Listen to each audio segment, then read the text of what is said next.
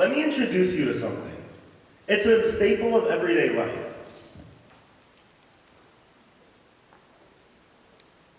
The modern smartphone, home to over 10,000 functions, is able to do so many things. Want to take a picture with your friends? It's got you on that. You need to call your kids so they can get home at time all night? Got you on that. Boarding class? To the dismay of many of our teachers, it's got you on that too. But just 20 years ago, the phone looked more like this. So what's the difference? How did we get from this humble device to a device with over 10,000 functions that many of us cannot live without? Ideas, and the people that had the courage to act on them. Courage is not the lack of fear, but rather the resilience and ability to push through it and rise above it. The world we live in today is only available because of those who had the courage to dream big and follow through on their ideas. Leaders like Barack Obama saw his nation in a state he didn't like, and he imagined a world where he could lead and leadership looked different than how it currently did. He went on to not only become president of the United States, but to become one of the most popular in recent memory and win back-to-back elections. Other leaders, such as Neil deGrasse Tyson, saw astrophysics, a complex idea, and followed through with his love of it. Not only did he do that, but he became one of the top researchers in his field and extended it so that the complex aspects of astrophysics and other STEM-related topics could be broken down so everyday people like you and me can understand. But let me ask you something. Have you ever had an idea so big that it scares you? So grand that you thought, I don't know if I can do this. Maybe I should run from it. Maybe it was taking a new position at work, playing a new sport at school, or creating a new business venture, or maybe even doing something new entirely. But instead of following through on it, like many of us do, we run from it. We say, oh, it's impossible. I'll get to it later.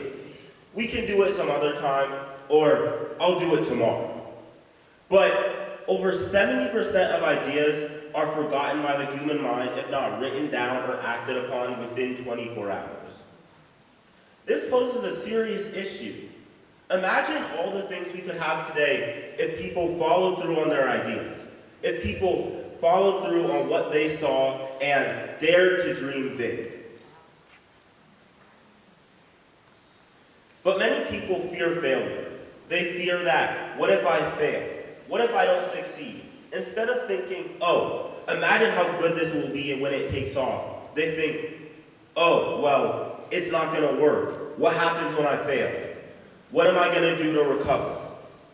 But many times, the people who are the most successful are not those who lack failure, but those who learn from it. Those who take failure and inspire others and follow through to eventually do more for themselves and build on it like a staircase.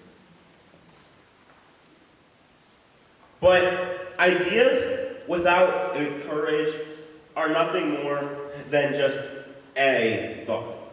As the writer Arnold H. Glasswell once said, an idea not coupled with action will never be any bigger than the brain cell it occupies. So, this takes me to my next question. How do we build on that courage? And how do we act on our ideas?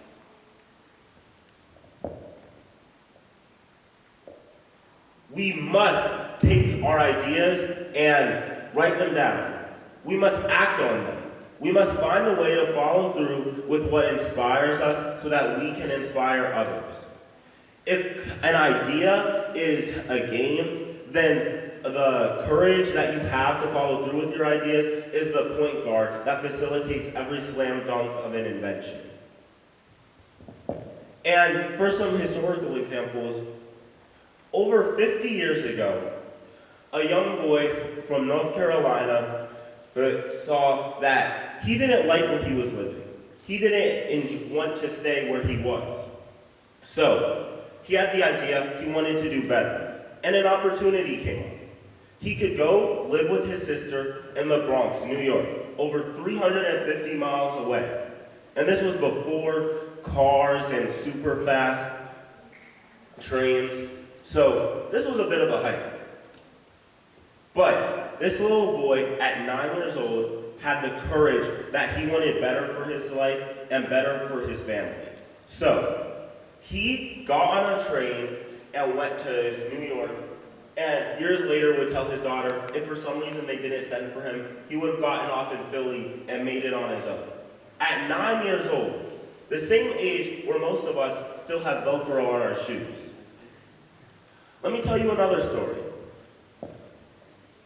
A young woman and a young man from St. Elizabeth's, Jamaica, saw that they wanted better for them and their 6 kids. So, they took their family and they moved across the sea to a country they had never been to before. And they took the hard way. As Jamaican citizens, they could have gone to the UK and had guaranteed citizenship and made it there, which would still be a very hard task, but they chose to take the route with no certainty. They chose to come to the United States where they knew they would have the best possibility for them and their children to have success. Years later, those six children are all successful, one of which went to Bronx Science and graduated from Cornell Law School. And as for the young boy I mentioned before, his daughter went to Harvard University. These 2 stories are of my grandparents, who both had ideas and had the courage to act on them and bring our family to a future better than the one they were living in. For a more recent story, when I was about 9 years old, I had a huge interest in technology. It came out of nowhere. It was right before COVID, and I thought to myself, what if I built a computer? That would be neat. You know, as every 9-year-old does. I could play video games, I could watch movies, I could edit videos, but as I told my mom, I could do my homework.